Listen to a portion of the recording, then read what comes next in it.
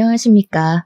저는 40대 여성으로 최근에 겪은 일이 너무나도 무겁게 가슴에 남아 훌훌 털어내고 싶은 마음에 사연을 올리게 되었습니다. 혹시 이곳을 자주 찾으시는 분들 중에 저와 비슷한 일을 겪으신 분들이 있다면 저는 이런 방법으로 털어내게 되었다고 이야기를 하고 싶어서 말입니다. 공감이 가실지 모르겠지만 제가 살아온 아주 기가 막힌 이야기를 풀어보도록 하겠습니다. 모쪼록 제 이야기를 끝까지 들어주시고 저에게 따뜻한 말 한마디 공감 한번 해주신다면 더할 나위 없이 기쁠 것 같습니다. 청취자 여러분들께서는 어릴 때 부모님과 헤어져 지내보신 적이 있으실지 모르겠습니다. 저는 어릴 때 부모님 두 분 모두 돈을 벌어야 하는 상황이었는데 제가 너무 어린 나이였기에 저를 맡길 데가 없어서 아이가 없는 이모 집에 저를 맡겨두었습니다.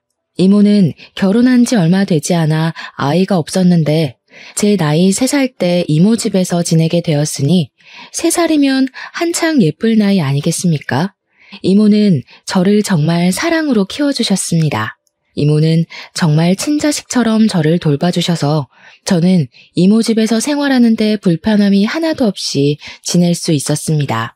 거기다가 부모님께서 월급을 받으면 이모에게 저를 키우는 값이라고 생활비를 보태주셨기 때문에 이모가 더욱 저에게 복덩이라며 잘해주셨었습니다. 부모님께서는 제가 8살이 되면 집에 혼자 두어도 괜찮을 것 같다고 하시며 8살이 되면 꼭 같이 살 수 있게 데리러 오겠다고 약속을 해주셨습니다. 그게 제 나이 6살 때 한 약속이니까 저는 2년만 더 기다리면 부모님과 함께 살 수 있을 것이란 희망을 가지고 기다리게 되었습니다.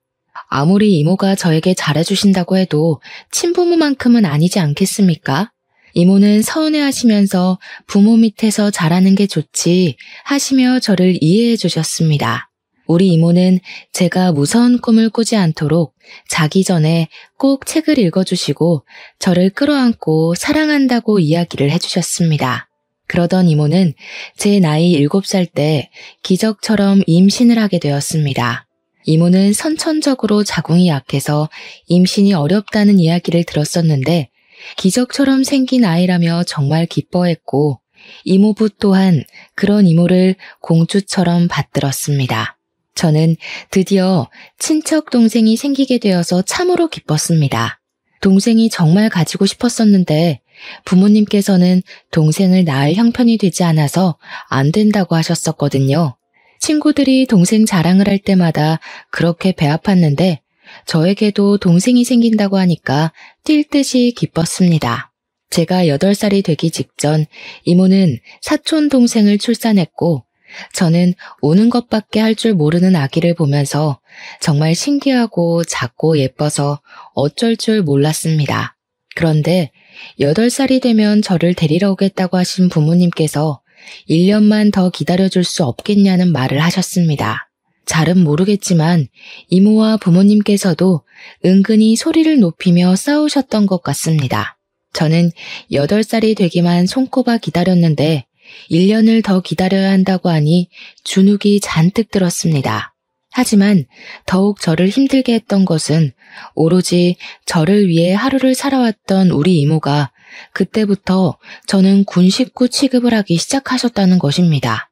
저는 당연히 사촌 동생이 갓난아기였기 때문에 손이 많이 가고 사촌 동생을 위해 하루를 보내야 한다는 것 또한 이해를 하고 있었지만 그래도 서러웠습니다. 저도 고작 8살밖에 안 된 어린아이인데 당연히 질투가 나고 서운한 마음이 들지 않겠습니까? 너무나도 잘해주던 이모가 갑자기 저에게 차가운 말투를 쓰고 제가 방을 하나 차지하고 있는 것도 마음에 들어하지 않고 저를 귀찮아 하셨습니다. 저에게 이 방은 우리 아이가 써야 하는 방인데 하면서 계속해서 눈치를 주시니 저는 하루빨리 부모님의 품으로 돌아가고 싶다는 생각을 하게 되었습니다. 한 달에 한두 번 부모님께서 저를 보러 와주시긴 했지만 같이 사는 것과는 차원이 달랐으니까요. 제가 이모가 차가워졌다고 몇 번이나 이야기를 했지만 부모님께서는 미안해하시며 저에게 이해를 하라고 했습니다. 이모에게도 소중한 존재가 생긴 것이라고 하시면서요. 저는 꽂아놓은 보리자루 같은 신세가 되었지만 꿋꿋하게 부모님과 함께 집으로 돌아갈 날만 기다리면서 버티고 참았습니다. 부모님께서 약속하신 1년이 지나가고 9살이 된 어느 날, 제가 폐렴에 걸려서 하루 종일 집에서 앓게 되었고, 이모는 사촌 동생에게 옮기기라도 할까봐 부모님께 연락을 드린 것 같습니다. 저를 병원에 입원을 시키려 했던 것 같아요. 사촌 동생에게 병을 옮기지 않았으면 좋겠다는 마음이셨겠죠. 부모님께서는 급하게 연락을 받고 저를 데리러 오겠다고 이모 집으로 오시다가 그만 사고가 나게 되었고, 저는 끙끙 앓던 도중에 이모 손에 이끌려 장례식장을 가게 되었습니다. 졸지에 한날 한시에 부모님을 잃게 된 저는 고열로 장례식장에서 쓰러지게 되었고, 일주일간 입원을 한 뒤에 다시 이모 집으로 돌아오게 되었습니다. 어린 나이에 이게 무슨 일인가 이해도 하기 전에 이모는 저를 짐덩어리 취급을 하기 시작하셨습니다. 그때마다 이모부는 이 어린아이가 뭘 알겠냐고 그렇게 상처를 주지 말라며 제 편을 들어주셨지만, 이모는 그런 이모부에게 매번 소리를 질렀습니다. 나라고 좋아서 애를 맡게 된 줄 알아? 언니가 죽어서 짐덩어리가 생긴 것도 화가 나 죽겠는데 남편이 되어서 내 편을 한 번도 안 들어줘? 당신은 우리 자식보다 얘가 더 좋은 거지? 어떻게 그럴 수가 있어? 동정심이 아무리 넘쳐도 그렇지 애 키우는데 드는 돈이 한두 푼이야? 그럴 때마다 이모부는 제가 상처를 받을까봐 저를 방에 들여보내셨고, 꼭 싸움 끝에 저를 찾아와서 너무 마음 쓰지 말라고, 지금은 실컷 뛰어놀아야 할 때라고 하셨습니다. 사촌 동생이 태어났으니 당연히 이모부도 자기 자식에게 마음이 더 쓰일 텐데도 불구하고 이모부는 항상 저와 사촌 동생을 공평하게 대해주시려고 하셨습니다. 선물을 사와도 제 것까지 항상 챙겨주셨고, 새 옷을 살 때에도 어떻게든 제 옷 한 벌을 사주시려고 이모의 눈치를 보셨습니다. 자연스럽게 저도 이모와 이모부를 비교하게 되었고, 이모부에게 더 의지를 하게 되었습니다. 이모는 이모부에게 늘 잔소리를 끊임없이 하셨습니다. 우리 애 입히고 먹이고 할 돈도 모자라는 와중에 뭐 예쁘다고 군 식구한테 돈을 써? 지금이라도 고아원에 보내는 거 늦지 않았다니까? 어떻게 자기 조카를 고아원에 보낼 수가 있어? 그리고 애 걷어둔다고 보험금은 다 수령해놓고 사람이 그렇게 못되게 굴면 천벌받아. 여태 우리가 먹여주고 입혀준 것만 해도 그 보험금 다 썼겠다. 푼돈이야 그거. 저는 그 대화를 엿들은 이후에 정말 죽은 듯이 조용히 살았고, 최대한 이모의 심경을 거스르지 않도록 행동했습니다. 제가 아무리 안 입고 안 쓴다고 해도 저에게 들어가는 최소한의 비용이라는 게 있으니까 눈치를 많이 보게 되었죠. 밥 먹을 때도 사촌 동생과 저의 반찬 차별을 당연하게 생각하게 되었고, 소풍 갈 때도 도시락 한 번을 싸주지 않아서 늘 1,000원짜리 김밥을 포장해 갔습니다. 그 당시에는 급식비나 우유값도 전부 부모님 주머니에서 나왔는데 이모에게 그 돈 달라는 소리를 쉽게 꺼내본 적이 없었습니다. 제가 하도 급식비를 밀리다 보니 담임 선생님께서 한 번은 이모에게 직접 전화를 걸었고, 이모는 그게 또 자존심 상한다며 저를 혼내시곤 했습니다. 그렇게 군 식구로 살게 된 지도 꽤 흐르고, 제가 16살이 되었을 때 우연히 저는 길거리 캐스팅이라는 것을 받게 되었습니다. 저는 연예인이 될 수 있는 건가 잠시 부푼 꿈을 가지게 되었는데, 명함을 받은 주소로 찾아가니 저에게 장황한 설명을 늘어놓으면서 트레이닝비를 내라고 하더라고요. 그러니까 연예인이 되려면 기본적으로 춤, 노래, 연기를 할 줄 알아야 하는데 아무것도 할 줄 모르니 배워야 한다면서 돈을 내놓으라고 하는 겁니다. 그 비용이 엄청나게 비싸서 저는 하고 싶은 마음이 간절했지만 돈이 없어서 할 수 없을 것 같다고 정중하게 거절을 하고 나왔습니다. 제가 며칠을 우울해하면서 의기소침해하고 있자 이모부께서 무슨 일이 있는 거냐고 물어보셨고, 저는 솔직하게 제가 받은 제안에 대해 이야기를 했습니다. 제 이야기를 들으시고는 이모는 그런 거 다 사기라고 하시면서 주제 파악을 하라고 누가 너한테 연예인 하라고 하겠냐고 하시더라고요. 하지만 이모부는 하고 싶으면 트레이닝비를 주겠다고 저에게 진짜 하고 싶은 게 맞냐고 물어보셨습니다. 이모는 우리 애가 지금 초등학생이 된 마당에 그렇게 큰 돈을 쓰면 어떻게 하냐고 난리가 나셨죠. 저도 염치가 없어서 이모부에게 그렇게까지 하고 싶은 일은 아니라고 했는데 기획사라는 곳에서 계속해서 저에게 연락을 해왔습니다. 이런 신선한 마스크는 찾기 힘들다. 돈이 부담되면 보호자를 직접 만나서 설명하겠다. 연예인이 딱 어울리는 직업이다 하시면서요. 트레이닝비를 깎아주겠다고 300만 원만 내라고. 원래 6개월 트레이닝 비용이 700만 원인데 파격 할인해주는 거라며 저에게 하자고 하더라고요. 저는 아르바이트를 해서 그 돈을 마련해야겠다 하고 생각했는데 이모부께서 미래를 위해 투자하는 거라며 300만 원을 주셨습니다. 너무나도 신이 나서 바로 그 회사에 돈을 주었고 트레이닝을 받게 되었는데 한 달 만에 사기를 당했다는 것을 알게 되었습니다. 그곳은 연예 기획사가 아닌 일종의 학원 같은 곳이었고 순진한 학생들을 꼬셔서 연예인을 시켜준다고 한 뒤 그냥 대충 연기 수업만 받게 하는 그런 곳이었던 거죠. 당연히 저는 이모에게 눈물 콧물 쏙 빠질 만큼 혼이 났고 이모부는 저를 토닥이면서 그런 게 전부 경험이 되는 거라고 위로를 해주셨습니다. 하지만 저는 그날 이후로 이모에게 대역죄인이 되었고 눈치를 보면서 사는 게 너무 힘들어서 집을 나가야겠다는 결심을 하게 되었습니다. 제가 17살이 되고 고등학교에 입학을 할 나이가 되자 저는 기숙사가 딸린 특성화 고등학교에 지원을 했고 합격을 하게 되었습니다. 말이 좋아 특성화 고등학교지 고등학교 졸업 후에 취직을 할 수 있는 상고 같은 곳이었습니다. 저는 집을 나오고 싶다는 마음이 너무나도 간절했고 대학을 갈 마음 또한 없었기에 졸업 후 바로 취업을 할 수 있는 그 학교가 제 동아줄처럼 느껴졌습니다. 이모부는 저에게 아직 나이가 어리기 때문에 기숙사에 들어가는 게 위험해 보인다고 반대를 하셨지만 이모의 눈치를 보는 것보단 훨씬 좋을 것 같다고 생각했습니다. 거기다가 이모가 드디어 저를 치울 수 있다고 생각을 한 건지 결정을 참 잘했다며 고등학교 등록금은 내주시겠다고 선심을 쓰셨거든요. 저는 결국 이모부의 반대에도 짐을 싸서 대전에 있는 기숙사 고등학교로 내려오게 되었습니다. 그리고 일부러 이모와 연락을 하지 않으려고 학교 생활에 엄청나게 집중하면서 지냈습니다. 이모부는 제가 걱정이 되었는지 간간히 연락이 오긴 했지만 기숙학교에는 저처럼 낙동강 오리알이 된 친구들이 많아서 그런지 친구들과 노는 재미에 이모부 연락을 자주 받지 않았습니다. 그렇게 3년이라는 시간을 대전에서 보내게 되면서 이모의 가족과는 서서히 연락이 끊기게 되었고 저는 학교에서 좋은 성적을 유지한 결과 졸업 후에 바로 취업을 할 수 있게 되었습니다. 대학을 가지 않고 바로 일을 시작한 덕분인지 시간이 흐르고 흘러서 제가 27살이 되었을 때 저는 꽤 경력이 있는 사무실 직원이 되어 있었습니다.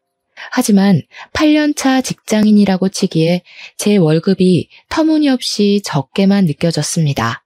그 당시에 제가 받았던 월급이 220만 원 정도밖에 되지 않았는데 경력에 비해 너무 적다는 생각이 들어 저는 고민 끝에 이직을 결심하게 되었습니다.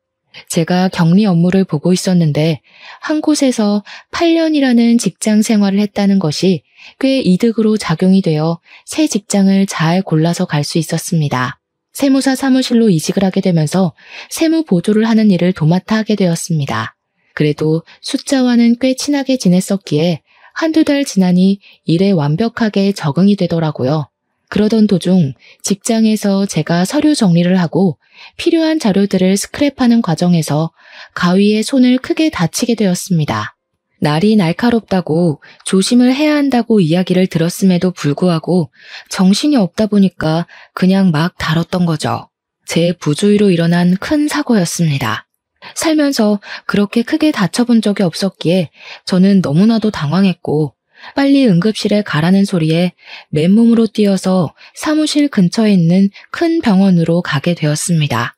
다행히 뛰어서 갈 수 있을 만큼 가까운 거리였고 낮 시간대라 그런지 응급실에 환자도 별로 없어서 저는 바로 찢어진 부분을 봉합하는 수술을 받을 수 있었습니다.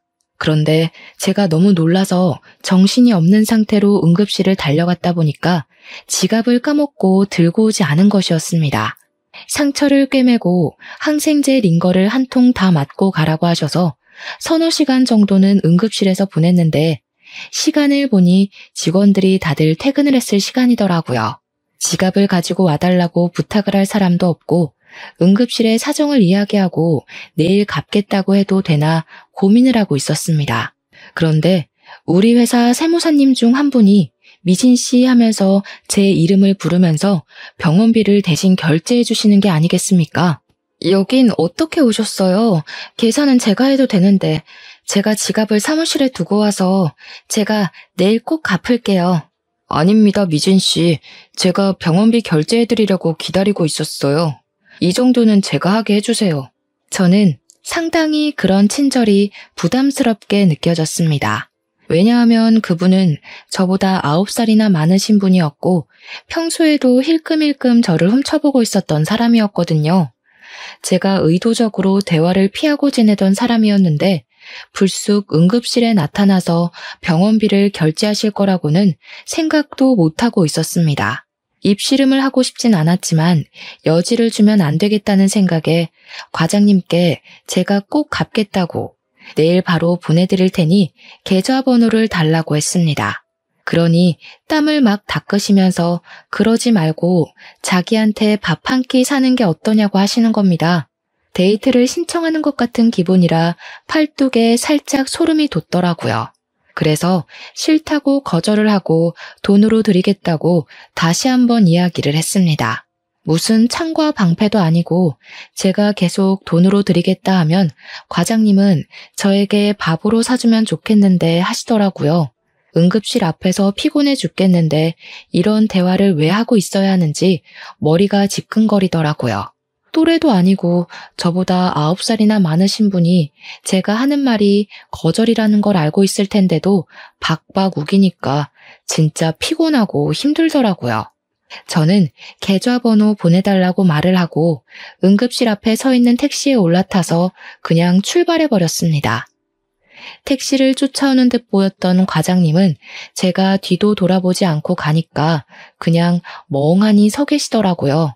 그때부터 저는 사무실에서 그 과장님을 마주쳐도 은근히 피하고 대화를 차단하면서 지냈는데 계속해서 저에게 문자 메시지를 보내셨습니다. 밥 한 끼 같이 먹자. 오래 지켜봐왔다. 자기랑 같이 홀어머니 모시고 살 며느리 구한다. 어디 가서 자기 같은 남자 만나기 어렵다. 문자만 올 때는 그냥 무시를 하면 됐는데 제가 하도 무시를 하니까 이제 회사에서까지 말을 거는 게 아니겠습니까? 업무적으로 부딪힐 일이 전혀 없음에도 일부러 저에게 복사 좀 해달라, 프린트 좀 해달라 하면서 일을 시키는 겁니다.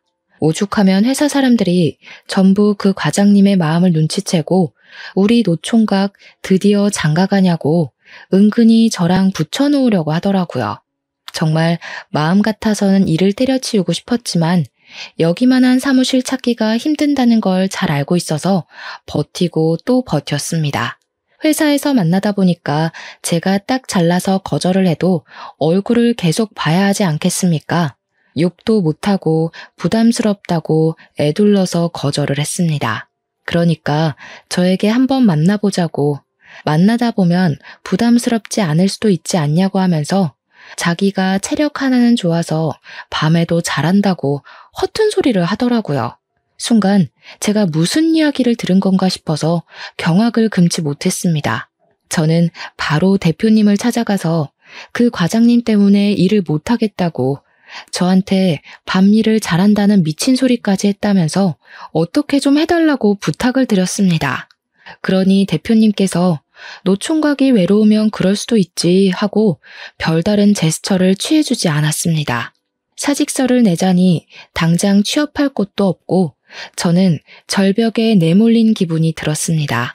그렇게 피말라가며 하루하루를 버티는데 어느 날 과장님이 회사 끝나고 저를 건물 앞에서 기다리고 있는 것 같더라고요. 계속 사무실 불 꺼지는 걸 확인하며 아래에 떡하니 서 있는데 의심이 들어서 뒷문으로 조용히 빠져나와 집으로 왔습니다. 근데 정말 정신 나간 놈이 야밤에 집에 찾아온 게 아니겠습니까? 우리 집은 어떻게 알아낸 건지 띵동띵동 벨을 누르는데 무슨 스토커 같더라고요. 문 좀 열어봐요. 미진 씨, 우리 이야기 좀 해요. 나를 여기까지 찾아오게 만들다니. 미진 씨도 여지 준 거 맞잖아요. 집에 잠깐만 들어갈게요. 이야기만 해요, 우리. 제가 정신 나간 것도 아니고 문을 열어주겠습니까? 바로 경찰에 신고를 했더니 세상이 흉흉해서 그런 건지 10분 만에 도착을 했더군요. 경찰이 과장님한테 이러지 마시고 집에 가시라고 하니까 뻔뻔하게도 이 집에 있는 게 자기 여자친구다. 싸워서 화 풀어주러 온 거다 하면서 거짓말을 하더라고요. 문 뒤에 숨어서 듣고 있다가 너무 어이가 없어서 걸쇠를 걸고 문을 연 다음 그 틈으로 스토커라고 애인 사이 아니라고 경찰에게 울면서 호소를 했습니다. 경찰도 난감한지 경찰서로 와서 조서를 좀 써줄 수 있냐고 하길래 저 스토커랑 분리만 시켜주면 언제든지 가겠다고 했죠. 결국 과장님은 경찰에게 끌려나갔고 저는 다음날 회사에 연차를 내고 경찰서에 가서 조서를 쓰고 왔는데 출근을 하니 소문이 다 났더라고요. 대표님까지 저한테 혀를 차면서 뭘 이런 걸로 예민하게 신고를 하고 그러냐고 오죽 좋으면 저러겠냐고 하는 게 아니겠습니까? 너무 화가 나서 앞뒤 생각도 하지 않고 일 그만두겠다고 하고 직장 내 괴롭힘으로 신고를 했는데 대표가 저 모양 저 꼴인데 뭐 진전이나 있었겠습니까? 저는 결국 고용노동부에 신고를 넣었습니다. 저는 사직서를 냈으니 한순간에 백수가 됐고 직장을 구하기 위해 이리저리 원서도 넣고 발로 뛰기 시작했습니다. 28살이니까 저 하나 취직할 곳은 있겠지 생각을 하다가 이왕이면 저도 스펙이라는 걸 좀 쌓으면 좋겠다 싶어서 자격증을 따기로 마음을 먹었습니다. 국비 지원이라는 좋은 시스템이 있어서 지원을 받아 학원을 등록하게 되었습니다. 워드 프로세스라든지 엑셀, 한글과 컴퓨터 자격증을 따게 되었는데 강의를 들어야 했거든요. 거기에 강사로 온 사람이 32살인데 무척이나 외모가 훌륭했습니다. 성격도 괜찮은 편인 건지 수강생들이랑도 잘 지내는 것 같고 수업이 끝나면 같이 맥주 한잔하러 나가기도 하고 하더라고요. 저는 김 과장 사건 이후에 사람을 좀 피하게 되고 소극적인 면이 도드라지면서 수강생들과 잘 어울리지 못했는데 강사님이 저를 불러주기 시작했습니다. 같이 놀다 가자고 술 한잔 할 건데 같이 가자고 하면서 저를 불러내어 주셨고 한두 번 자리를 하다 보니 다들 친해지게 되었습니다. 아무래도 기초만 잘 배우면 쉽게 딸 수 있는 자격증이라 그런지 자격증을 따고 취업 자리를 알아보고 있으니 강사님이 저에게 좋은 회사가 있다면서 추천을 해주시더라고요. 알고 보니 강사님의 지인분이 운영하는 회사인데 월급도 평균 급여 정도는 받을 수 있을 거라고 일도 쉽다고 한번 가보라고 하더라고요. 가구회사였는데 장부를 다루는 사무일을 보면 된다고 설명을 해주셨어요. 무엇보다 중요한 월급이 제가 원했던 금액과 비슷했고요. 저는 면접을 보고 사장님 마음에 들은 건지 바로 일을 시작하게 되었고 평화로운 시간이 다시 시작되었습니다. 그래도 강사님 덕분에 취직을 했으니 제가 밥을 한번 사겠다고 연락을 드렸는데 본인은 밥보다 술을 더 좋아한다고 술을 사달라고 하시더군요. 직장인의 스트레스 푸는 방법은 퇴근 후에 맥주 한 잔 아니겠습니까? 저는 강사님과 약속을 하고 술을 한 잔 하게 되었습니다. 한창 회사 이야기에 자격증 이야기를 나누다가 뜬금없이 저에게 남자친구가 있냐고 물어보시더라고요. 그래서 남자친구는 없다고 한동안 만날 생각도 없다 하면서 김 과장 이야기를 꺼내어 제가 당했던 일을 술술 털어놓게 되었습니다. 김 과장 덕에 남자 공포증이라도 생긴 것 같다고 이야기를 했더니 강사님이 엄청 진지하게 자기가 버팀목이 되어주면 안 되겠냐고 하더라고요. 사람으로 받은 상처는 사람으로 극복해야 하는 법이라며 자기랑 연애를 하면서 같이 노력해보자고 하는 겁니다. 강사라서 그런 건지 말도 너무 잘하고 홀린 듯이 저는 고개를 끄덕이게 되었고 그날 이후로 저와 강사님은 연애라는 걸 하게 되었습니다. 저는 혼자 원룸에서 살고 있었는데 연애를 하다 보니까 정말 이상하게 헤어지는 게 너무너무 싫은 게 아니겠습니까? 남자친구에게 자꾸 우리 집에서 하루 자고 가 하다 보니까 자연스럽게 남자친구의 짐이 저희 집에 쌓이게 되고 반동거를 하게 되었습니다. 서로 같이 있는 시간이 늘어나고 버릇이나 취향 같은 걸 알게 되면서 더 깊은 사랑이 싹트게 되었습니다. 저는 남자친구에게 사실 우리 부모님이 돌아가신 이후에 이모네 집에서 자라게 되었는데 지금은 연락을 하지도 않고 연락처도 바뀌어서 모른다고 털어놓았습니다. 그런데 남자친구도 저랑 비슷한 상황 속에서 자라왔다는 것을 고백하는 게 아니겠습니까? 부모님이랑 인연을 끊고 지내게 되었다면서 혼자 살아온 지 시간이 꽤 흘렀다고 그래서 저 같은 여자를 만나서 안식처를 얻고 싶었다고 이야기를 하더라고요. 그 말을 듣는데 마음이 뭔가 뭉클하고 아, 이 사람이 내 인생의 반쪽이구나 하는 걸 느끼게 되었습니다. 그때 조금 더 제 인생에 대한 고민을 했어야 했는데 인생의 반쪽이라 느끼자마자 저희 둘은 혼인신고부터 하고 같이 살림을 차리기로 결정을 했습니다. 어차피 혼주석을 채울 사람도 없고 상견례도 필요가 없으니까 남자친구와 저와 둘이 같이 잘 살아보자 하는 마음으로 말입니다. 가락지 하나씩 나눠 끼고 결혼식도 없이 원룸에서 생활을 하게 되었는데 처음에는 헤어지지 않아도 되는 것이 참 좋았습니다. 그런데 금방 현실의 벽에 부딪히게 되었습니다. 원룸에서 둘이 살다 보니 서로의 사생활이 전혀 지켜지지 않았던 것입니다.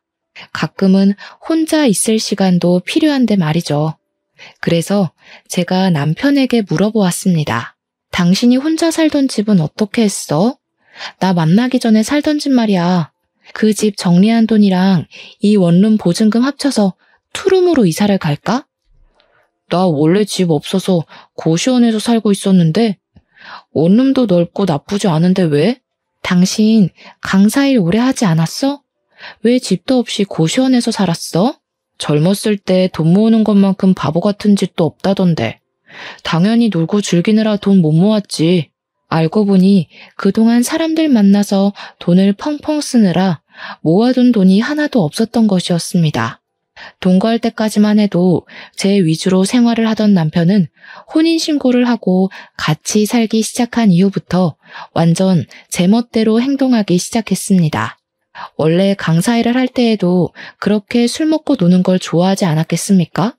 결혼을 하고 나니 또 똑같이 술을 처먹느라 집에 늦게 들어오기 시작한 겁니다. 거기다가 무슨 연락이 그렇게 쏟아지는 건지 휴대폰이 쉴 틈이 없이 울려대더라고요. 처음에는 자중해라, 누구한테 이 시간에 연락이 오냐 하다가 점점 둘이 싸우는 시간이 늘어나게 되었고 결국 남편이랑 치고받고 싸우는 날이 늘어나기 시작했습니다. 소리를 지르며 싸우다가 서로에게 상처를 주고 결국 제가 남편의 자존심을 건드린 건지 뭔지 남편이 저에게 손찌검을 하더라고요. 술을 먹고 늦게 들어온 날 하필이면 카드값 고지서가 집으로 날라왔고 카드값이 250만 원이나 찍혀있는 것을 보고 제가 바가지를 긁었거든요. 한 달에 버는 수입이 고작 250만 원 조금 넘는 주제에 카드값이 250만 원이 나오면 우린 언제 원룸 벗어나고 언제 애를 낳아 키워? 이거 다 술값이라는 거잖아. 술값. 정신 안 차려 정말? 그러면서 남편을 막 흔들어댔더니 술 먹고 왔는데 토할 것 같다면서 저를 팍 밀치더니 씩씩거리면서 자빠진 저를 발로 차는 게 아니겠습니까? 제가 어이가 없어서 남편을 멍한 눈으로 쳐다보니까 지도 실수했다고 생각을 한 건지 술 깨고 이야기를 하자면서 누워버리더라고요. 제가 주저앉아서 한참을 가만히 있다가 문득 제 처지가 너무 서글퍼서 눈물이 줄줄 나오더라고요. 다음날 퉁퉁 부은 눈으로 술이 깬 남편에게 이야기를 하는데 기억이 나지 않는다면서 모르쇠로 일관을 하더라고요. 제가 남편에게 나 발로 차고 때린 거 기억 안 나냐고 하니까 자기가 언제 그랬냐면서 생사람 잡는다고 화들짝 놀라는데 연기를 어쩜 그렇게 잘하는지. 그래도 저는 남편을 한번 믿어주기로 결심을 했는데 원래 처음이 어렵지 두 번째는 쉽지 않겠습니까? 그 뒤로 술을 마시고 들어와서 수가 틀리면 저를 발로 차더라고요. 나중에는 뺨까지 치는데 이건 아니다 싶었습니다. 이혼을 해야 하나 진지하게 고민을 하던 와중에 가지가지하는 남편이 바람을 피운다는 사실까지 알게 됐습니다. 울리는 휴대폰이 짜증나서 끄려고 눌렀는데 오늘 좋았어, 내일 또 보자 하는 문자를 보게 된 것입니다. 문자 메시지를 뒤져보니 그 여자랑 호텔에 들락날락한 예약 내역까지 다 보게 되었습니다. 며칠을 고민하고 증거를 어떻게 모아야 하나 하는 와중에 모르는 번호로 연락을 받게 되었고 자기가 제 남편의 여자친구라고 말을 하더라고요. 만나서 이야기를 하자고 해서 카페에 나갔는데 저를 보자마자 저에게 커피를 확 뿌리는 게 아니겠습니까? 나쁜 년, 네가 내 남자친구랑 바람난 년이지? 바람은 네가 난 거지. 난 그 인간이랑 결혼까지 했거든? 그러니까 저에게 가족관계 증명서를 떼서 보여달라고 하는 게 아니겠습니까? 같이 주민센터까지 가서 가족관계 증명서를 뗐는데 제 가족에 남편이 없더라고요. 순간 눈을 비비고 이거 잘못된 것 같다고 하는데 내 연녀가 저에게 허언증이라더니 진짜네? 하는 게 아니겠습니까? 자기 남자친구에게 그만 들러붙고 꺼지라고 스토커로 신고하겠다고 하는데 저는 아무것도 믿을 수가 없어서 어지러웠습니다. 그날 혼란스러움을 가득 안고 집에서 남편을 기다렸다가 퇴근하고 온 남편에게 이야기를 하자고 하니 술을 또 먹고 들어왔더군요. 저에게 손을 올리면서 뭐? 하고 소리를 치는데 가족관계 증명서를 내밀었습니다. 남편이 쓱 보더니 갑자기 욕설을 내뱉더라고요. 왜 내 가족관계 증명서에 남편이 없어? 오늘 당신 여자친구라는 사람이 나를 찾아와서 스토커니 허언증이라니 떠들더라. 내가 당신이랑 헤어진 지 오래된 사이인데 정신병이 있어서 당신이랑 결혼했다고 착각하는 중이라고. 제정신 맞아? 내 집에 얹혀 살면서 내 돈으로 생활하는 주제에 뭐가 어쩌고 어째? 야, 말은 바로 해야지. 네가 나한테 용돈을 줬어, 카드를 줬어. 뭘 네 돈으로 생활을 해? 당신이 나한테 생활비를 한 푼도 안 주는데 그럼 수도세, 전기세, 밥, 반찬값 다 누구 돈에서 나오는 건데? 당장 짐 싸서 나가. 그러니 남편이 더럽고 치사해서 나간다면서 자기 집 몇 개 있는 걸 챙겨서 나가더라고요. 저는 당연히 고시원으로 다시 돌아가나 보다 하고 생각했죠. 며칠이 지나도 연락 한 통 없고 집에도 들어오지 않길래 솔직히 치가 떨리는 인간이긴 했지만 저도 사랑했던 사람이고 정도 있으니까 걱정이 되더라고요. 저도 엄청 바보 같고 미련 덩어리라는 걸 알지만 학원 앞으로 남편을 보러 찾아가게 되었습니다. 수업 시간이 끝나고 학원 건물에서 나온 남편을 부르려고 하는데 옆에 그 여자친구라는 여자랑 팔짱을 끼고 나오더라고요. 그러면서 둘이 오늘 집에 가서 뭐 해 먹자 하는데 같이 살고 있는 듯 했습니다. 그러니까 그게 남편의 수법이었던 거죠. 혼자 사는 여자를 꼬셔서 사귀고 그 여자네 집에서 함께 기생하며 지내는 것 말입니다. 저는 모든 걸 깨닫고 완벽하게 망연자실하게 되었고 엎친 데 덮친 격으로 회사에서도 잘리게 되었습니다. 그 회사가 전 남편의 지인 회사였기 때문에 제 얼굴을 보면서 일을 하는 게 불편하다고 일방적으로 통보를 한 것입니다. 그렇게 며칠을 바보처럼 울면서 지내다가 저는 새롭게 결심을 하게 되었습니다. 이대로는 안 되겠으니 정년까지 보장이 되는 직업을 가져야겠다고 생각을 했고 저는 나이 32에 요양보호사 자격증을 취득하게 되었습니다. 2달이라는 시간 동안 교육을 성실하게 이수를 했고 국가고시 준비를 코피를 쏟으며 한 결과 4개월 만에 아주 빠르게 자격증을 따게 되었습니다. 정식으로 일을 하기 시작하면서 나라에서 지원을 받는 힘든 사람들을 위해 봉사하는 마음으로 일을 돕기 시작했습니다. 치매의 노인들이라거나 병상에 누워 움직이지 못하는 노인들을 위해서 일을 했는데 사실 여간 힘든 일이 아니었습니다. 집으로 돌아오면 하루 종일 너무나도 피곤하게 일을 했던지라 녹초가 되어 바로 잠이 들곤 했거든요. 하지만 나이가 어리다 보니까 다른 분들에 비해서 조금 더 많이, 조금 더 자주 일을 할 수 있었고 고된 만큼 보람도 느껴져서 잘 버틸 수 있었습니다. 그렇게 병원이고 요양원이고 밤이고 낮이고 가리지 않고 열심히 일을 한 덕분에 보조금도 많이 지원을 받고 생각했던 것보다 훨씬 더 넉넉하게 생활을 할 수 있게 되었습니다. 일부 보호자분들께서 고생한다고 일당을 더 챙겨주시기도 했고 복지 일이다 보니 정부에서 나오는 보조금도 꽤 많았고요. 전 남편이었던 사람의 생각이 전혀 나지 않아서 나름 버틸만하다 생각했는데 제가 이사를 가지 않은 탓에 간간히 전 남편과 부딪히는 불상사가 발생하더라고요. 저는 그 인간이 잘 먹고 잘 사는 꼴이 보고 싶지 않아서 큰 마음을 먹고 원룸 전세 기간이 끝나자마자 지방으로 내려가기로 결심을 했습니다. 틈틈이 면접을 본 결과 지방에 있는 치매 요양원에서 입주 요양사로 일을 하게 됐습니다. 치매 노인들이 각양각색이다 보니까 꽤 힘들긴 했죠. 때리는 할머니도 있었고 욕을 하는 할아버지도 있었거든요. 하지만 뒤돌면 까먹으시는 분들이니 저도 마음을 비우며 일을 했습니다. 그러다가 저처럼 열심히 봉사를 하는 남자분과 눈이 맞아서 연애도 하게 되었고요. 3년이라는 시간을 같이 일하면서 보다 보니 꽤 괜찮은 사람이라는 걸 알게 됐습니다. 가식도 없고 봉사를 하는데 진심이구나 하는 걸 알게 됐고 연애를 36에 시작해서 나이 40에 결혼을 하게 되었습니다.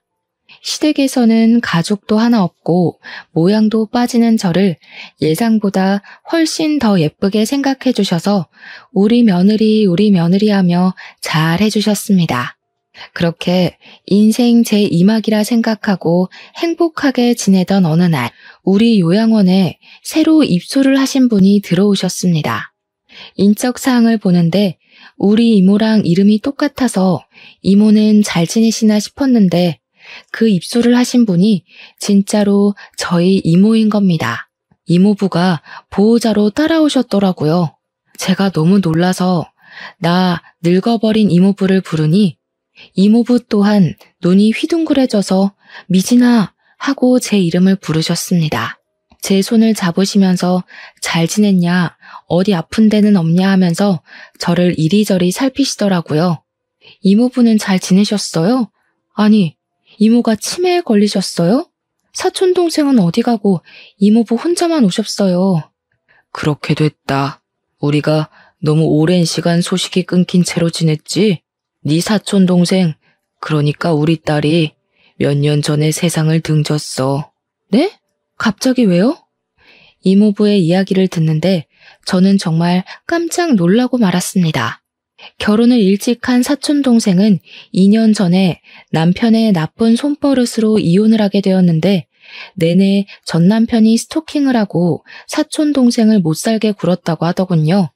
피해 다니고 경찰에 신고도 했는데 본인 마음을 몰라주는 사촌 동생이 밉다면서 글쎄 사촌 동생을 피습했고 그 일로 목숨을 잃게 되었다는 겁니다. 그 현장을 이모가 직접 목격을 하게 되었고 그 충격으로 인해서 정신을 잃었는데 그 이후에 계속 깜빡깜빡하더니 이 나이에 치매를 앓게 되었다고 하셨습니다. 저는 너무 충격적이었죠. 이모에게 저 알아보시겠냐고 물어보니까 이모가 갑자기 눈을 동그랗게 뜨더니 엉엉 우시는 겁니다. 희진이, 우리 희진이. 저를 사촌동생으로 착각하셨는지 저를 끌어안고 엉엉 우시더라고요.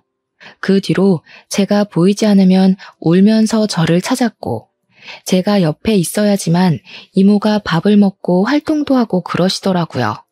병원 측에서도 저에게 전담으로 맡아주기를 원해서 제가 직접 옆에서 케어하며 간병을 했습니다.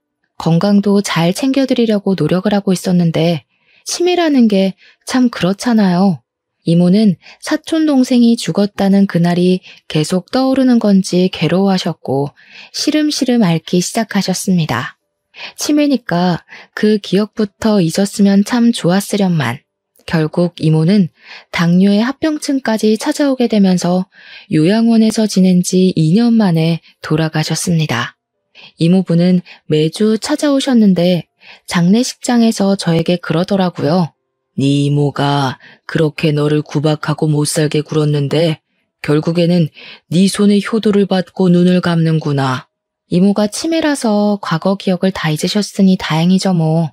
이모부는 앞으로 어떻게 하실 거예요? 이모부는 저에게 본인의 여생은 어떻게든 잘 지낼 거라고 걱정하지 말라고 하시더라고요. 이모부의 동생분이 미국에서 자리를 잡고 계셨는데 사촌 동생이 사고를 당한 이후 미국에 가려고 재산을 처분하고 준비를 하던 와중에 이모가 치매가 온 거라고 하시더라고요. 미국에서 치료를 받는 것보다 한국에서 지내는 게 낫겠다 싶어서 이모를 위해 남은 것이라고 하셨습니다. 하지만 이제 이모도 사촌 동생 곁으로 갔으니 미련 없이 미국으로 가신다고 하시더라고요. 그러면서 저에게 결혼도 했다고 들었는데 혼주석도 못 채워줘서 미안하다고 하셨어요. 통장을 하나 내미시면서 친정에서 혼수해주는 돈이라고 생각하라고 하시는데 제가 그 돈 못 받겠다고 거절을 했습니다. 이거 큰 돈 아니야. 너 키우면서 우리가 처형내 보험금에 손을 댔다. 너 그렇게 기숙학교 들어가고 나서 얼마나 후회했는지 몰라. 그러니까 이거는 부모님 보험금 돌려받는다 생각하고 받아. 이모부는 받지 않으면 버리고 갈 것이라며 협박을 하셨고 저는 마지못해 그 통장을 받았습니다. 이모부는 제 남편에게도 저를 꼭 잘 보살펴달라며 신신당부를 하셨고 미국으로 떠나시기 전에 저희 시부모님과 식사도 하셨습니다. 서로 가족으로서 너무 늦게 인사를 드리게 되었다며 우리 조카 잘 부탁드린다고 인사를 하시는데 눈물이 울컥하더라고요. 이모부가 주신 통장에는 5천만 원이라는 돈이 찍혀 있었고 저는 그 돈을 의미 있게 사용하고 싶었습니다. 남편과 상의 끝에 여성 쉼터와 미혼모 센터에 기부를 했고 시댁에서는 저와 남편에게 박수를 보내주셨습니다. 저도 어떻게 보면 남자 때문에 참 힘들었는데 저처럼 상처받은 여성들을 위해 사용하고 싶었습니다. 덕분에 지금까지도 이모부와는 간간히 연락을 하면서 남편과 성실하게 잘 살고 있습니다. 저처럼 상황이 따라주지 않아서 힘든 시기를 겪으시는 분들, 그리고 가정 간의 불화로 매일이 지옥 같으신 분들, 꼭 용기 내셔서 본인의 삶을 찾길 바라겠습니다. 제 사연은 이걸로 끝입니다. 들어주신 여러분, 정말로 감사합니다.